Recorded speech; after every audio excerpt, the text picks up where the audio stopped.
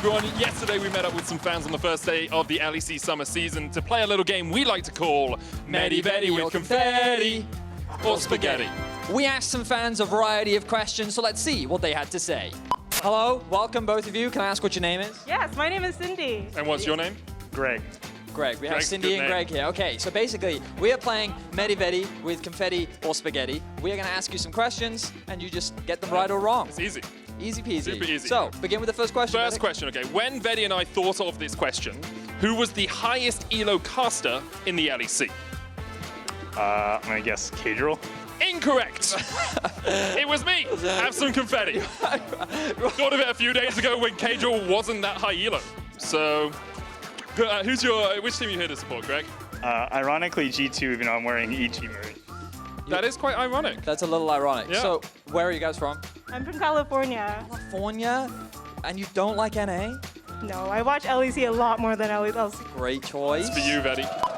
Hello and welcome back to Medi Vedi on confetti spaghetti. That's the words. They That's all the rhyme. intro. That's our We're thing. joined We by like another rhyming. guest here. Can you please tell us your name? Oh, my name's Rohan. Rohan? Rohan, can you tell us where you're from? I'm from India. India. Wow, that is a very Wait. far away. Whereabouts in India, Rohan? South India. Okay, because I lived in Tamil Nadu when I grew up. I'm from Chennai. Oh, amazing! Chennai's great. I love Chennai. Well, I feel like a third There we wheel. are. He That's wins. really awesome. Confetti for Rohan. A few years ago, a famous support player injured their wrist. Ooh. Okay, he was Tense. playing on one of the best teams in the league at the time. Obviously, it was Mickey. Name a bone of the wrist. Femur. That's not of the wrist. That's of the thigh. That's It of is the thigh. time for spaghettiing. Welcome everyone to another episode of Medi Vedi with confetti or spaghetti. We're joined by two super fans here of the LEC. We Easy need question. both of you to come to an agreed answer, okay? So you can discuss this, okay? Super easy. Of the two casters on this stage, who is the better caster? So I think Work together on this. You got to work You have together to on say it this. together, you have to do it need to together. do that. so Medic went to university, so he's smart, I also went to university. but he's like in a dramatic sense. That's his brothers, actually. It's actually his brothers. I feel like Vedi is the smart guy. I am the smart guy. You think it's just a role he plays? Yes, it is. Yeah, yes it is. Obviously. I think he he's plays it really the good. genius Oh, yeah. behind the LEC. Yeah, we're gonna need an answer. We're gonna need an answer. Okay, Who's the better caster? 3, 2, 1, Vedi. Vedi. I cast MSI finals, man. Yeah, but I cast the world finals. Yeah, but that was like a year ago. Does that really I mean, matter? come on, I mean, you know, the people who chose. Okay, look, it's my birthday. Oh, you're gonna play the birthday It's my card. birthday today. Right? Like, can we please, like, just give me this one? You get so many. Okay, cool. Two is the best caster.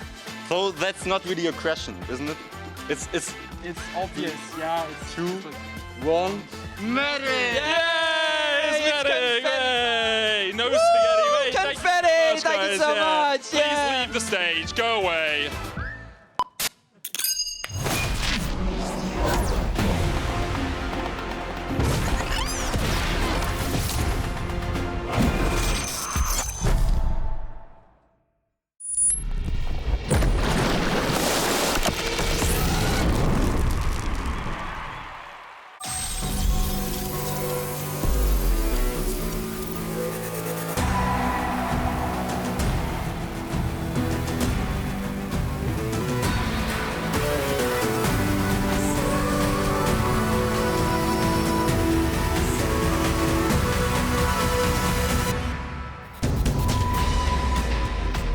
Welcome everyone to week 1, day 2 of summer 2022 of the LEC summer season, live from Berlin. Our grass is not quite green, it's actually pretty warm, so it's looking a little brown right now.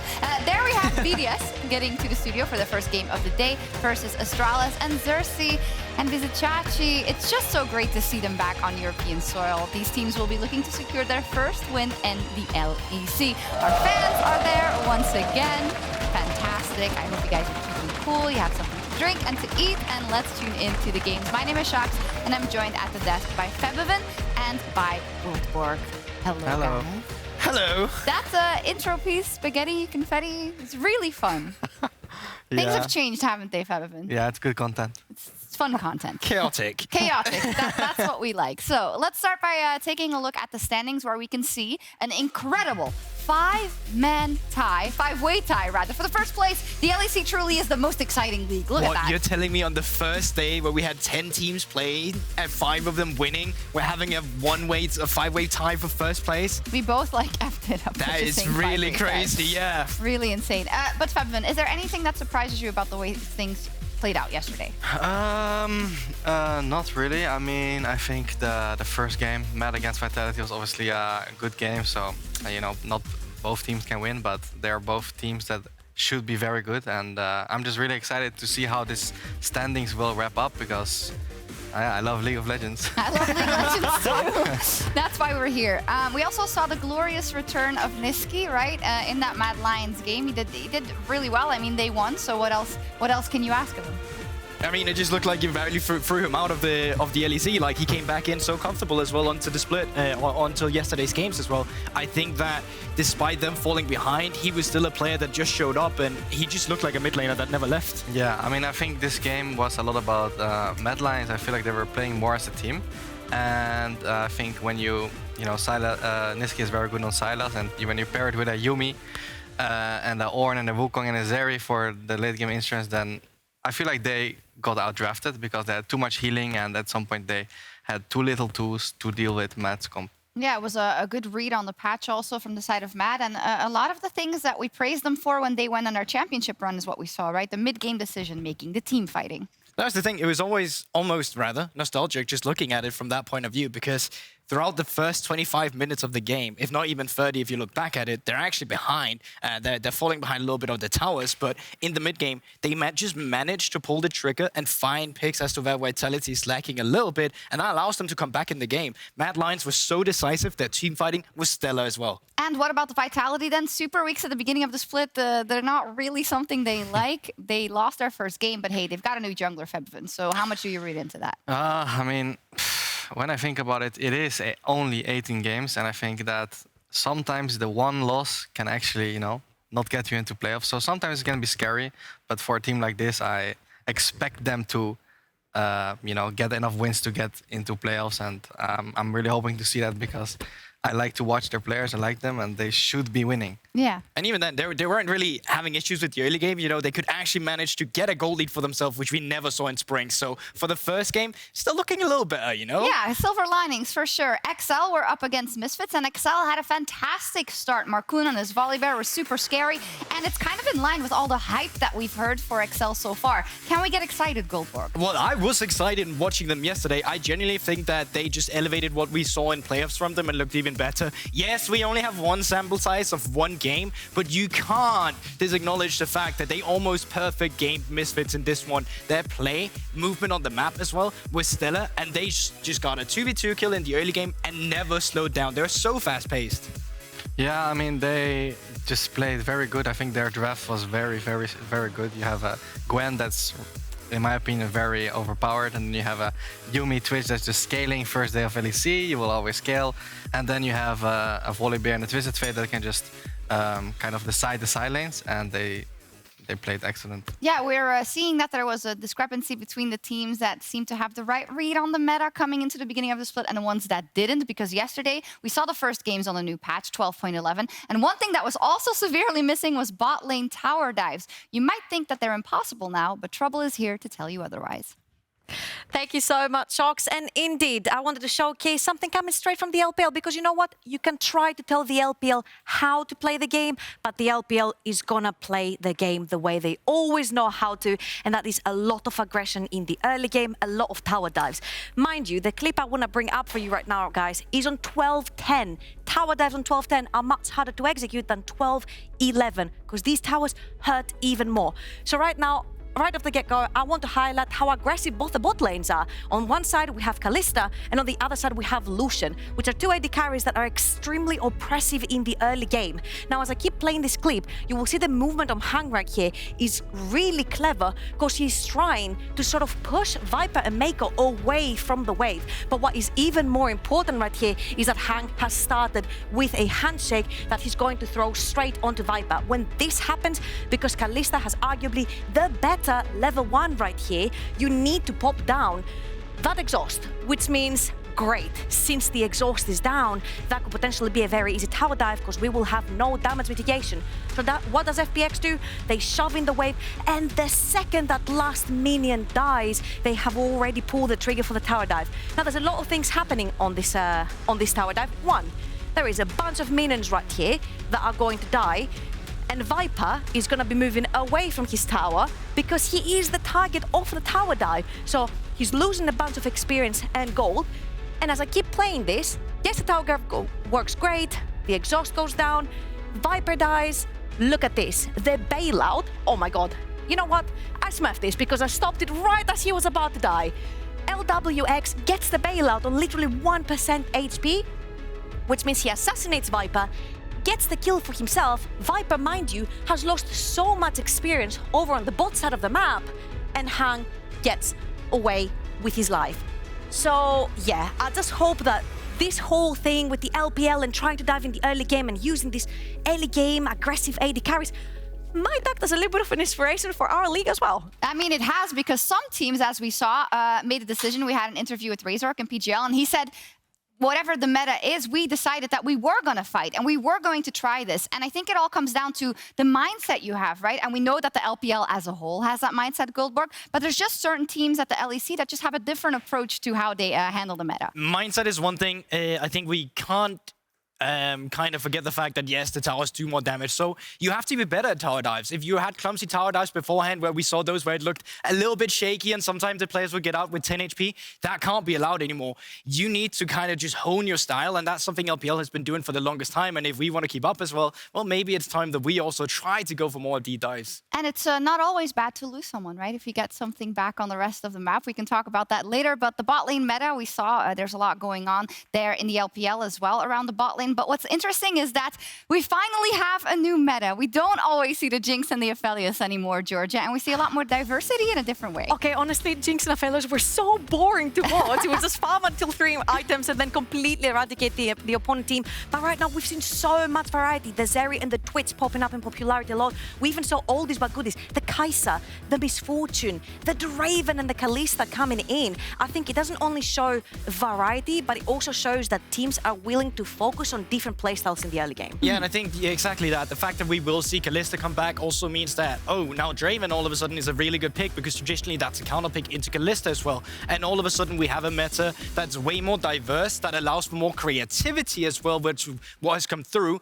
Sometimes that will mean that games are more kind of decided in draft as well with the way these counter picks come out. But I generally like the diversity that we see, especially from bot lane, where it's no longer just Jinx or failures, but there's room to experiment. And what does that come down to? Does it harken back to the durability changes and the game state that we see? Is it individual changes and tweaks to the champions, or what's up? I mean, it's a little bit of everything, right? There has been tweaks to champions, but it's also the fact that with the durability, you can allow yourself to go for a scale and pick. That doesn't stop you from going for champions like Kalista, because while she's been known as a bully in the laning phase, she also fares very well with extended team fights because she gets to stack up the rents. So the entire tempo and phase of the game is really just brought some of these champions back. It's been fun to watch, I gotta say, on day one. And speaking of the bot lanes, one of them also made it onto our selections of player to watch after day one. Treble and GB are going to run us through their selection.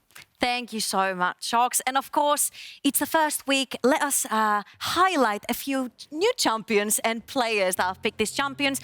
My personal favorite, Gulbok and everyone at home, was... Me?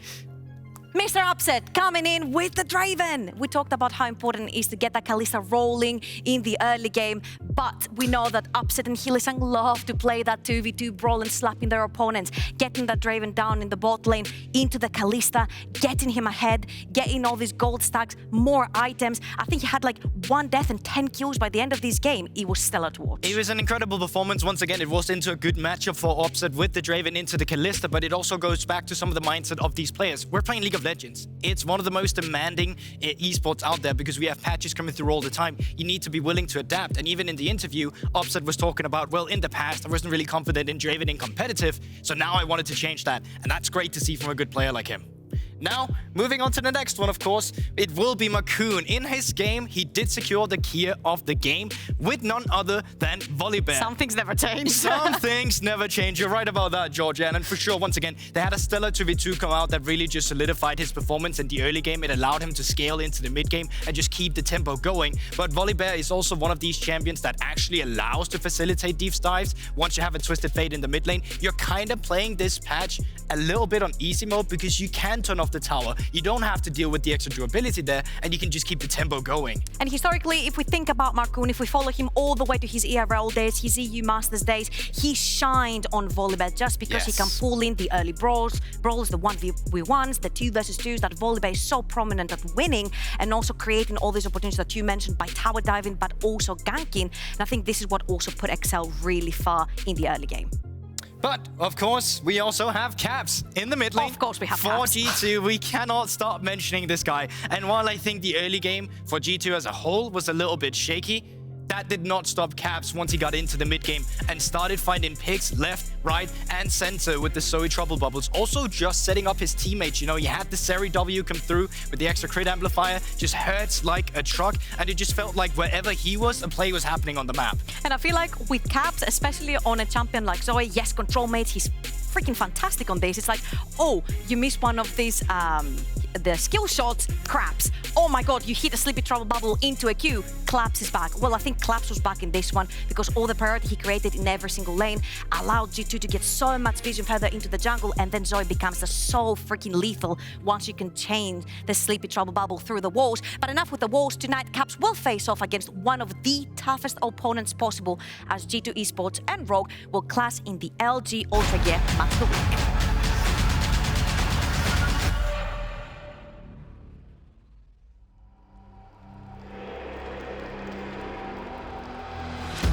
G2 versus Rogue, our first match of the week, a rematch of the spring finals.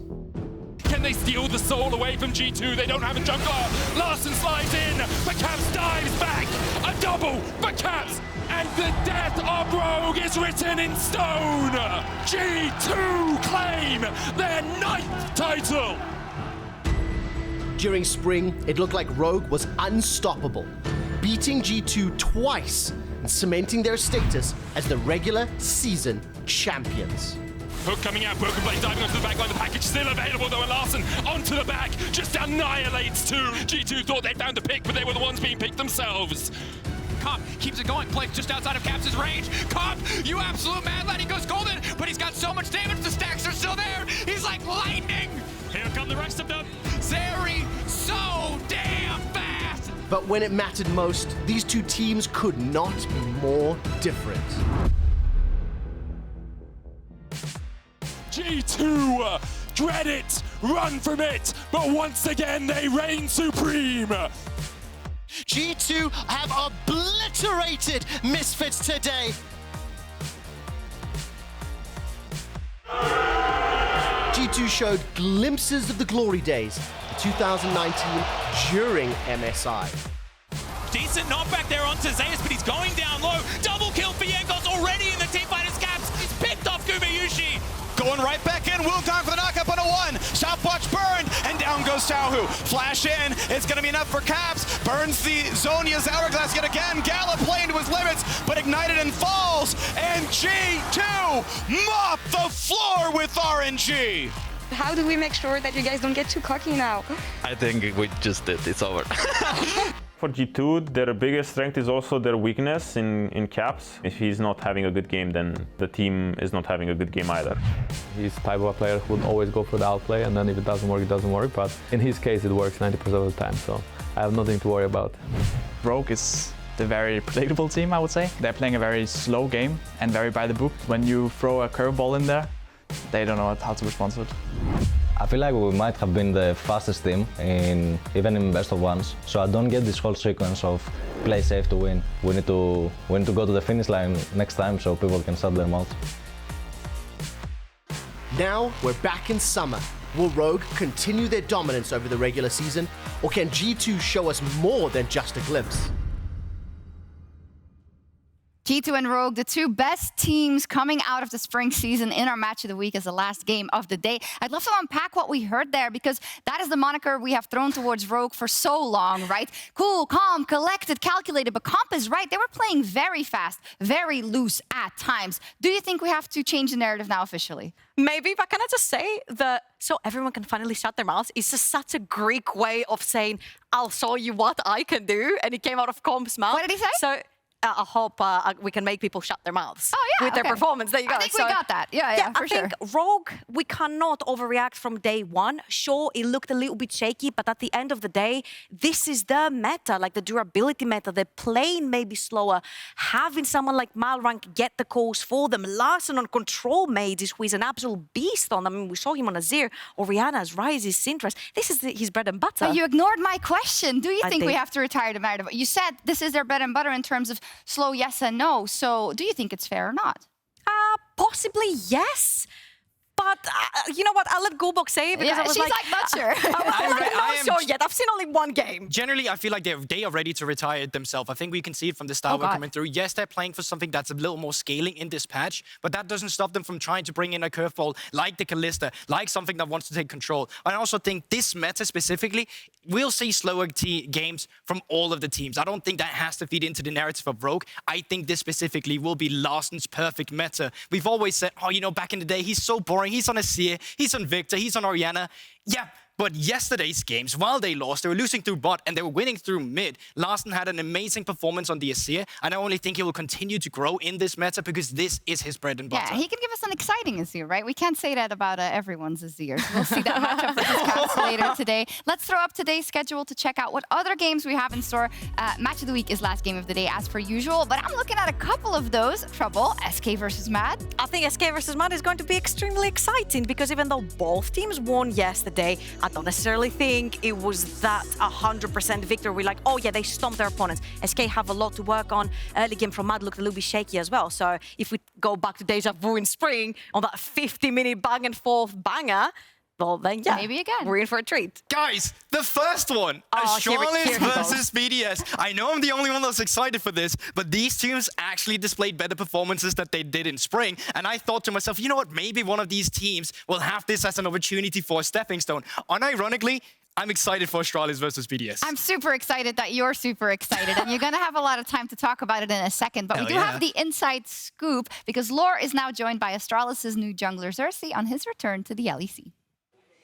Thank you so much, Shox. And Xerxes, thank you so much for joining me for your very first LEC interview. Welcome back. Thank you. It was a nice game from you guys yesterday. It didn't end the way you wanted to, but tell me about this first experience of being back on stage. Well, it's been a minute since I was last time on this stage and with the fans here. So I'm just really happy to be back. I'm really happy that we have the fans back. And I hope that we can show a better showing. Yeah, we're really happy to have you back also. But I read in an interview with Tom from Invert that you had recently that you were talking about the experience you had in NA, things not going so well. But I want to know, what are the takeaways from this experience and what is going to help you as a player? Well, I would say that in this team, I already played with Chachi and Kobe. So that will definitely help in our team culture and team atmosphere. And already I feel so great being in this team. And yeah, there were many things to take away from NA, and I hope I can show how much of change or like how good this team can be for the summer split. Tell me more about being reunited with Chachi and Kobe also, because it gives strong Splice vibes from 2019. We were just playing the game. You played against FPX. How is it being back with them, and how much did they change? Well, we were watching the game, and sadly, it was the game that we lost, so not a good game to see before we go on stage, right? But it's awesome to see how much they've changed, or like how many, I don't know, like they've changed, but at the same time, they're still like the same people that, we are still the same people that we were once, right? So it's really fun so far. It's really nice to see you guys back together, honestly, but more on the game. You're going to play BDS later today. Any ideas on how this one will go, given that you had a really good showing against G2 yesterday? Well, what I can say is that we're going to have a better showing than what we did yesterday, because yesterday it was first day, right? We can maybe blame it a bit on the nerves, maybe But I'm sure like today we'll feel more confident and I will play better for sure. What are you looking to prove this summer in the LEC? That I can be a top 3 jungler once again. Once again, as you were when you left the region. Chelsea, thank you so much for the Thank you for interview. having me. Good luck against BDS today. And Sharks, back to you. Thank you so much, Laura. Wonderful to hear from Xerxes. Febiven, he said there, well, I'm back with Jachi. I've played with Kobe before. When it comes to like the beginning of a season and you know that you have a lot to work for, how much can that help in terms of getting those first wins on the board?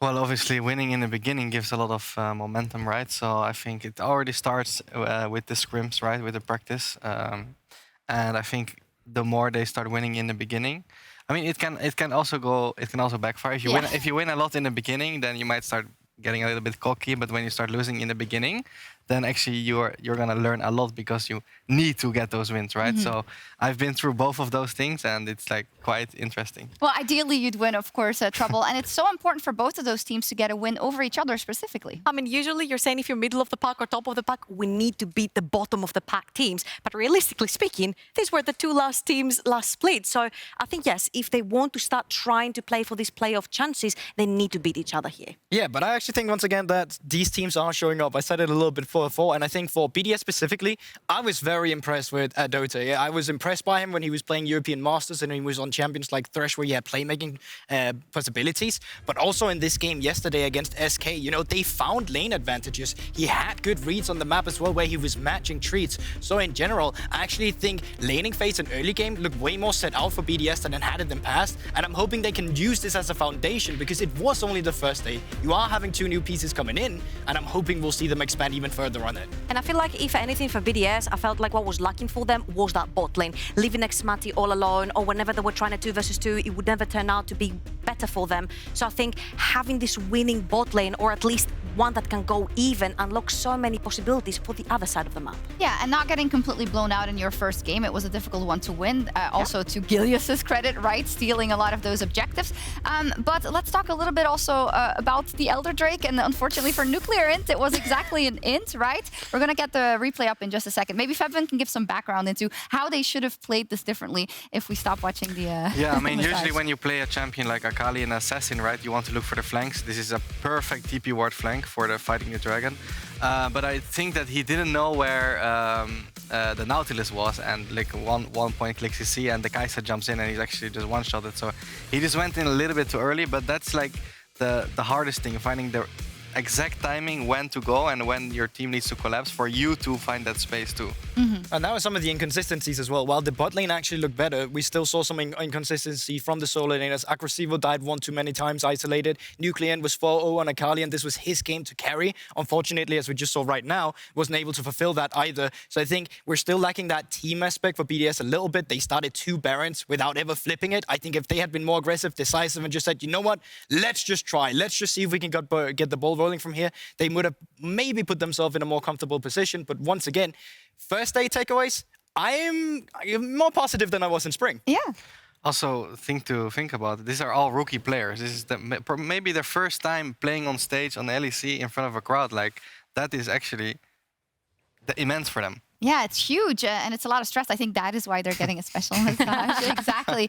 Goldberg, you are, I think rightfully so, carefully optimistic about BDS. Do you share the same sentiment for Astralis? So I definitely think that Astralis was very interesting, because I actually thought Dale did a fine performance against Caps, where he held his own way. Last spring, he died way too many times. I actually think Cersei and Visichachi were some of the more lacking members, despite them having the veterancy. I thought bot lane was great. And I thought we saw a new side of Copy as well, where it actually looked like he was going to be close to capable of carrying a game on the Twitch. I think what is the most interesting about Astralis is that Dayer's in the mid lane, Dayer's in the LEC, because he played in that Fnatic Rising roster and got into E-Masters. Febiven, you stepped down in that season from that Fnatic Rising roster and allowed the rookie to come in, and now he's playing on a stage versus the best of the best. Give us a little bit of your view on him. Well, obviously he's very motivated, and he is like the type of player that can have a great career, obviously if they start getting wins, right? But when I decided to step down, they were looking for other options, and they came with Dajor, and he was surprisingly actually very talented, and I mean, I hope that they start doing well. So basically, thank you, Febiven, so that we have to make sure. I mean, I basically yeah, my spot to the guy. Yeah, so you like, did. I mean, it's a little bit lucky as well, you know. Yeah, for sure. But we'll see what happens. As said, super important game for both of these teams, BDS and Astralis, and it'll be Nymera and Quickshot on the cast. Take it away, guys.